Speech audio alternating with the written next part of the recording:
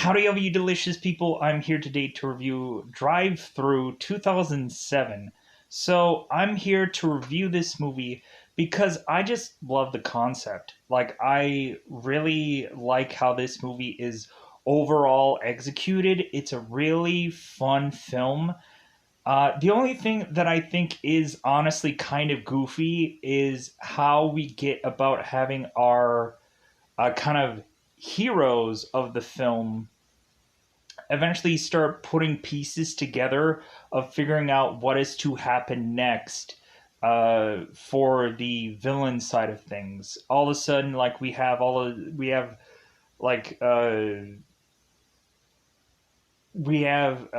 what is it called? We have Ouija boards. There we go. We have Ouija boards. We have eight balls. We have etch a sketches that is to tell us where this villain is to head next, foreshadowing us where this character is going to head next. Or sometimes we'll get like a bizarre candy out of a machine, and it'll give us a clue also.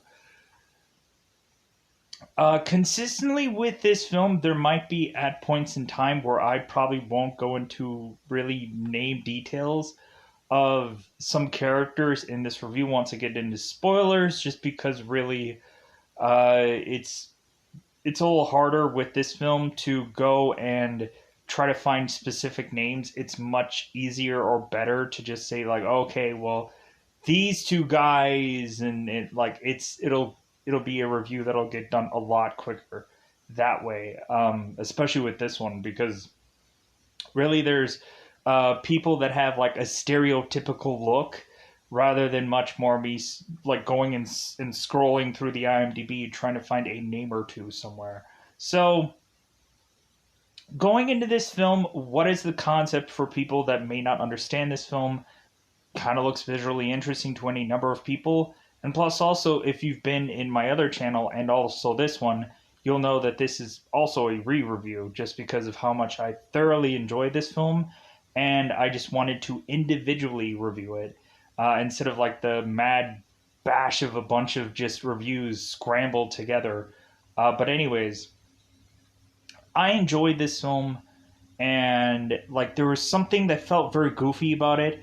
Like it does maybe have that kind of, it has like a certain kind of quality to it, but I find this movie to be overall just a real fun movie. It has a pretty decent overall like idea, concept, whatever. It actually has a pretty good execution of all this stuff as well. So going into this movie, what is it about? Well, it seems we find out this story is kind of a similarity to a Nightmare on Elm Street kind of story, but nobody's being attacked in their dreams. So it seems there had been a bunch of kids that had gotten together to go to this kid's birthday party, which no one showed up. But they only come to this fast food joint that this kid had been a mascot for, that it is his birthday. They only go there to burn the place down with this kid in it. And so this kid afterwards wants to seek revenge on every kid that these people responsible are to have, and like seek revenge that way. So it's kind of very similar to Nightmare on Elm Street, as you can see by me describing it. And so, like, this movie has a fast food joint theme, and also uses the mascot of this thing uh, to really just get its like interesting point across. Yeah, I like there. Yeah, there's some goofy things that they do with the hero part. There's goofy things that go on with this movie, but overall, I just thoroughly enjoy this film. It's really just one of those where I'm like yeah, like if you watch it over and over and over again, like the things still hit. Like you're not going through this movie just going like, like okay, like it feels like an interesting ride every single time you watch it. Like it doesn't feel like you're going to get bored watching this film, or there's at some point some things like so often going on that you might forget pieces of this film. But I really enjoyed it. I thought it was a good film, but it's all just like it easily won me over. So yeah, so uh, that's all that I think I wanted to say in a very cryptic like sense, and I didn't even talk much about this in a very cryptic like sense. Like I just kind of said like, hey, this won me over, and that's about it. But I kind of I gave a little tee up of what this movie is like. But really, once you go into probably watching a trailer, or once you go further into watching this actual movie, which is on Vudu for free, yeah, you'll probably enjoy it. I'm hoping you will. But I think it's about that time to go into that double five time territory.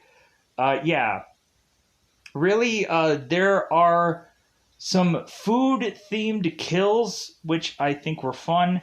Uh, but also, like, it consistently plays up to the fact of the fast food joint, like, kind of kills, where we have, at some points, this clown-ish, like, character having like this huge meat cleaver that he's to kill people with.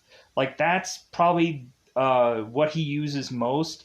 But every once in a while, we'll have uh, this like cooking ash like kill kind of place throughout this movie, and yeah, I thought fun, so much fun. So with that said, I think it's about time to go into spoiler time. Spoiler time. It's about that time to spoil this movie. So very beginning of the film is to just showcase a band at some house party singing, and because evidently this person who is doing this band, evidently her parents are not at home, so they're just having a party, they're just singing a song and whatever. I don't know if that person is actually singing this song, but maybe she is, maybe she isn't. I don't think it really matters. So, consistently, Mackenzie, who's the main character here, and Fisher are these two consistent, like, people that are just like, man, like, I just want to get with you, but Mackenzie is just a little bit younger than Fisher is, and so they're having to wait because of age. So, seemingly this party just gets uh, a little bit slowed down, and so Mackenzie and all of her friends all of a sudden just decide to like, well, hey, like, what should we really do next? And really, all that they could actually decide to do is get a Ouija board together and and do like a séance with this Ouija board, and so eventually, that Ouija board is to lead them to a combination of certain numbers and certain letters. And so Mackenzie is writing this all on her hand of what all these things are. And the Ouija board kept going on and on and on about these same combination of numbers. And both Mackenzie and Fisher don't understand what that is. But that is to tell us where the next kill is going to happen. So we have two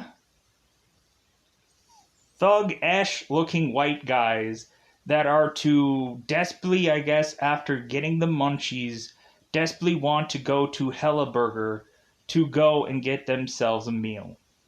So they go through the drive-through, and so they start ordering things, and so the guy who's behind the speaker, this clown speaker, is to say all these things that are kind of awful to these people, and then they're like double checking, like, say, what did you say, sir? Like, excuse me, because uh like the person behind the speaker is mentioning like how would you like to die, And they're like, so what? And they're like, and he's like, would you like some fries with that?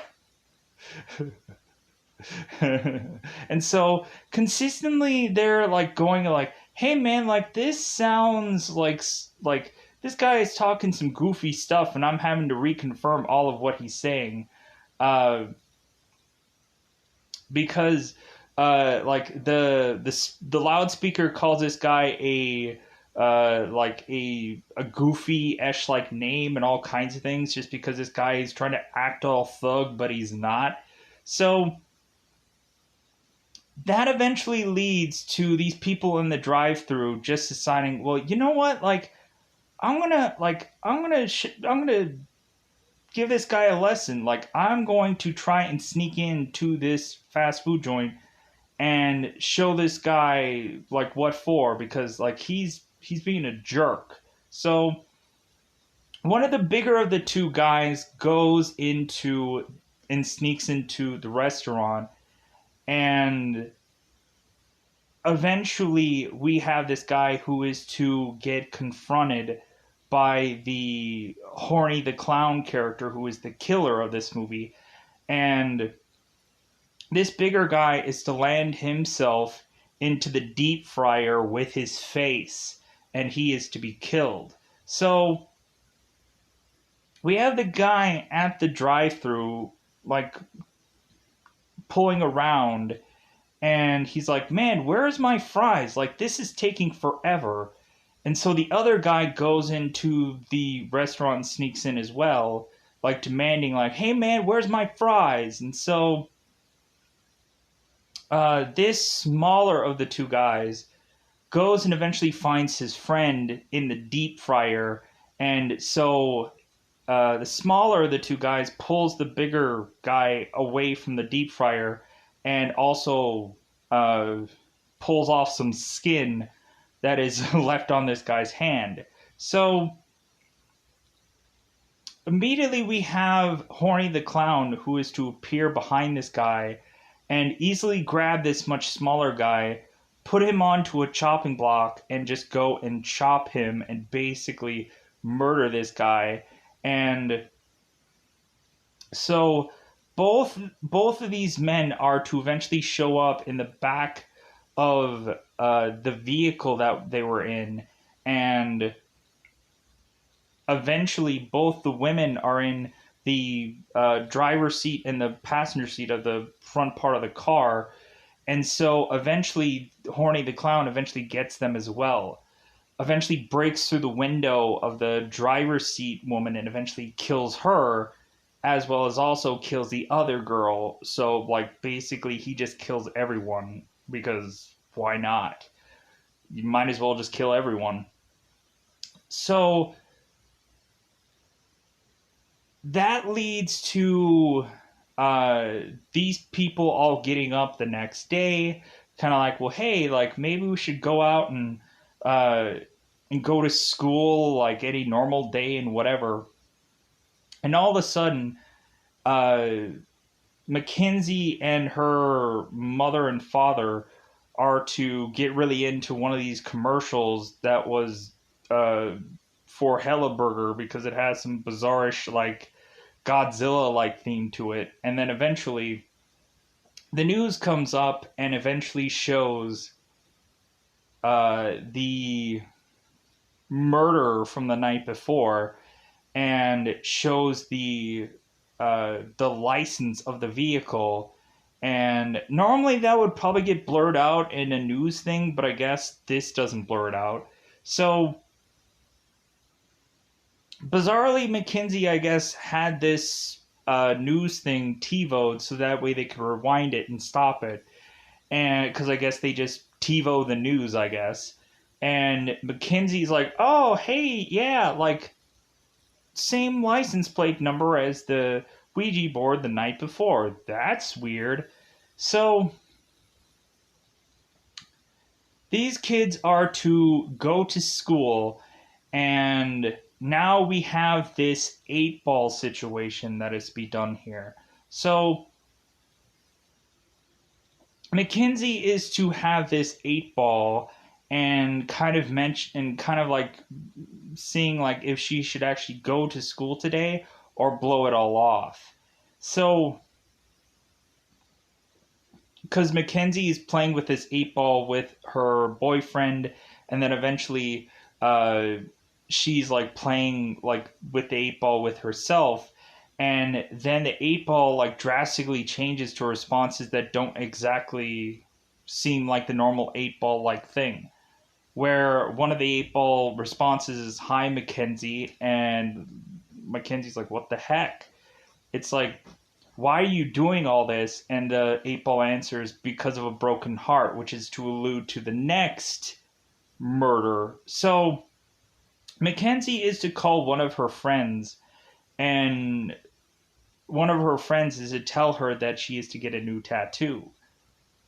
Mackenzie doesn't realize this, but this new tattoo is of a broken heart. So showcasing that eventually this person's probably going to get killed. So all of a sudden, this friend is to be in the locker room, and Horny the Clown is to go and tackle her. And eventually, Mackenzie will eventually find her friend being baked head first into, like, through a microwave, where you're basically, like, seeing her head, like, have a, like, be inside this microwave as she's baking and like being heated up, and so her head is eventually exploding. Like her head isn't chopped off, like her like there's just a hole in this microwave that is to place in this girl's head. And so we're seeing this girl getting like microwaved to death, and because there's like chains all over this guy over this girl's like microwave, so no one's going to get her out. So Mackenzie can't save her friend, and so she just watches her friend die. But eventually, Mackenzie is to chase after this killer, and this killer is to get away. So now we are to like try to figure out like who the heck this killer is, or why he is going after people, and eventually also get all of Mackenzie's friends together, because eventually they're going to die sometime soon. So Mackenzie is to eventually go to her mother and mention that all of her friends are starting to die from this Horny the Clown-ish like killer. And there are these two detectives called Chase and Crockers or Crackers. Every time everyone gets it ill pronounced, and so really it doesn't really matter exactly how it's pronounced, because Crockers will actually correct people anyways. I guess to be the joke of like cheese and crackers, but like it's Chase and Crackers. So, or Chase and Crockers, bizarrely. So, really, these detectives are kind of goofy and kind of fun. Eventually, when we are to see them in, I'm sorry if I said eventually a lot. When we see these detectives going and doing this case, they are to bizarrely reference some like CSI show that they have seen, and and just kind of seem like they're detectives, but they're really just like the most like they have to like seem like they're cool, but really they like have no real clue what they're actually doing, and that kind of feels obvious. So because detectives in horror movies, like they have to normally seem dumb, but eventually the sheriff like tries to do something good to try to go against this uh against a slasher like character, but a lot of times it just makes them dead at some point. So, but Mackenzie is to talk to her mother, and so her mother is to tell Marcy is to tell Mackenzie about the backstory of this guy who had dropped out of school to work full time at his father's fast food joint, and this guy Archie Benjamin like dropped out of school to just work full time at his father's fast food joint, and eventually just people just for some reason or another just started to hate on him. And so Archie, of course, had a birthday party that no one showed up to, and then you pretty much know what happened after that. Like, everyone just burnt that fast food joint afterwards because I guess they just hated that guy. And he, I guess, was just like on for the ride of burning. So, uh, Mar, uh, so Marcy is thinking that maybe this clown villainish character is actually the father of Archie, and he's seeking revenge. And Mackenzie is like, no, maybe it's actually Archie himself, like coming back from the grave to come and like seek revenge, like a Nightmare on Elm Street kind of story. But and so Mackenzie goes off to Archie's father's home to like see if there's any information or anything that this guy could otherwise provide to help them out. And that's Jack Benjamin. They go to Jack Benjamin's house, and evidently this guy is like has a lot of lavish stuff, has a ton of like merchandise and whatever from this drive-through of Helleberger. And so like this is kind of where this spot kind of technically gets unique. Both detectives also go to Jack's home also, and Jack is like, well, hey, this isn't going to hurt my restaurant, is it? Like, from all this coincidentally happening nearby. And Crocker's is like, no, like, it won't hurt your business. You'll be perfectly fine. And Jack is like, oh, okay, great, because I made loads of money off of this fast food joint. It kind of feels obvious by this home. So Mackenzie and all of her friends make their way to Jack's home to slowly and surely just have all of Mackenzie's friends who probably weren't important enough to just be killed over, to just be killed off. And eventually, Fisher is to eventually get this bizarrish like clue from this uh, gumball machine, and he is to get this clue that is to say 420, but he's not sure what exactly that means. But we'll get back to that. So Mackenzie and her friends are to make it to this spot, and really that's just to have the clown character go and kill her friends off, like I said before. So really that is to go and kill Van. Van is a guy who bizarrely is to wear like bizarrish like war paint and come up with all these like survival gear and stuff like that with him. Bizarrely, they are to bring a gun here and say that it like the gun that supposedly they said that this thing was used for. I think it was used for the military, which I don't buy. I'm like, this doesn't feel like a military gun. Like this doesn't like this feels like if somebody was like a cop or something like that would make a lot more sense. But Van is to go into this garage, and the clown is to chop Van in half, meaning like basically waist down. This guy is chopped in half. So Van falls off to the side, and so does every bit of his organs fall out of him as he does so. The clown eventually chucks, I guess, all of Van's body into the refrigerator, the small refrigerator that's there. And Crocker, I think, is to find it later when he is to arrive back at uh, back at Jack's home because eventually Mackenzie and them are to call the cops when the clown is to arrive. So, like, I feel like I'm leaving out some deaths here and there, but I don't know. I probably like there's some characters that don't probably feel like their deaths are honestly all that important, but uh, but really just the most important deaths are any of actually just Mackenzie's friends. So the clown is to make his way into this home, and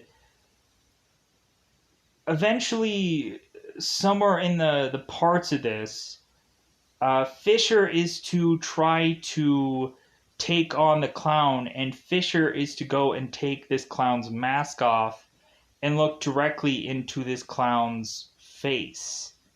And I guess be tortured and just disturbed by that imagery.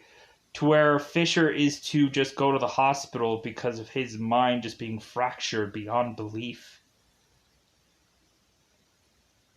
Uh, the clown is to also take out Jack and kill him off, and really just any number of Mackenzie's friends who are left at this point. Uh, really, both detectives, I think, make it throughout this entire movie without getting actually killed. Well, give or take, because end of movie. So Mackenzie is to get out of Jack's home, and there is this whole thing about 420, and we'll get to that now. So at the Helleburger, there is some playpen or some kind of like Chuck E. Cheese-ish like playpen that actually young kids should go into, but instead there are these like teenagers that are going in there and like just kind of like playing around with that place instead, and like kind of really like ruining this spot. Like they're also just kind of like peeing in spots that they probably should not have because they just don't care. I think they're either high or on drugs or something and they just don't care. We have one girl who is to make an order that I believe her name is Carrie, and she is to get a order from Robbie, the Helleburger manager, which a lot of people might know from the film Super Size Me, the documentary of that, and of course he made a sequel of that movie, which I started to watch, but then didn't, sadly. But still watched the first one. So Robbie is eventually seeing these guys starting to be a little rough with the playpen, and so Robbie goes in there and is telling Carrie that maybe you and your friends need to leave soon. And so there is a speaker thing that is in this playpen to like talk to people, but eventually this speaker is to eventually start to insult these 420 gang members, I guess. So these people are distracted with this speaker making fun of them. So the clown is to arrive like vampire style, like coming up from this from these balls, and of course we have the clown who is going to slice and dice through all of these guys and kill them all off, and because he is getting prepared for when Mackenzie is going to make her way to this fast food joint, because he is going to try to get her to come here, because Mackenzie is having a 18th birthday pretty soon, and so that means that the clown can now kill every single one of these people off because they have reached the ripe old age of 18. I guess every one of them had turned 18, and I guess that was the age of when Archie was going to be before he was to die. So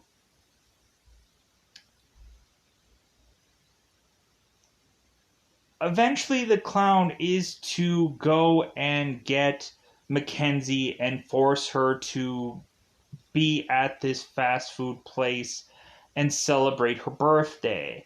So Mackenzie is to celebrate her birthday with all of her friends that the clown had collected, and they're all dead. So uh, the clown is to go and grab a thing of kerosene and pour it all over the cake, or will pour it all over Mackenzie because he can't pour all over the cake because technically the cake is lit, and so the clown is going to take one of the candles and blow into Mackenzie and burn her away. But weirdly enough, Marcy, Mackenzie's mother, fires twice into the door and then kicks it open. I like every time I see that now, I'm like, why didn't she just kick the door open first? Like, why did she have to shoot the door open? That just seems weird. But to each their own. So the clown is to get distracted. Mackenzie is to have a flask on her, and so when the clown brings back his attention back to Mackenzie, Mackenzie is to take one of the candles and hold it up to her, and the clown is like, well, what are you gonna do? And Mackenzie, we showcased she had a flask. She blows the candle with with the alcohol from her mouth into the clown and burns the clown, and that starts a fire in this fast food joint that is to burn this entire place down. And so it seems that kills this clown, and that saves the day, and huzzah huzzah for everybody. So Mackenzie finds out that Fisher is at this hospital recovering from what he had seen. Mackenzie tries to make her way to the hospital, but Fisher breaks out of the hospital, I guess to become the next clown, because I guess like a transference of clown to clown like had happened there, where maybe the spirit of the clown had transferred its way partly to Fisher. Or like really we can kind of go with the Friday the 13th defense where we had uh,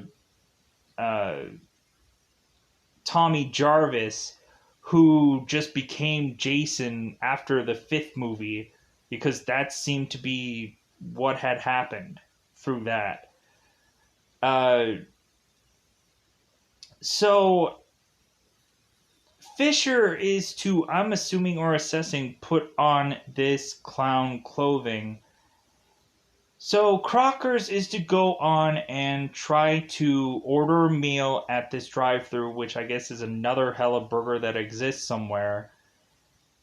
And so Crocker's is trying to make an order, and of course it is to kind of have Crocker's double ask what they are saying, because like they kind of call him like a fat ass or something like that. They call him some insulting comments. So all of a sudden we are to see the clown, who is to jump onto Crocker's windshield, crack into the windshield, and eventually also just kill Crocker's. And that is to showcase that this movie will, I'm assuming, get a sequel, or just have an ending that is to be like, hey, maybe we're gonna make another one of these. But considering this movie came out in 2007, it would be cool. Like, I liked this movie, but like, and plus also like this character kind of looked like Sweet Tooth from Twisted Metal, so it kind of looked cool like that. But yeah, like maybe somebody did like go and like, yeah, this looks like Sweet Tooth from Twisted Metal. Maybe we should go after these people. Maybe that happened. I don't know. But anyways, I'm going to get out of here. Goodbye, everybody. Bye, everybody.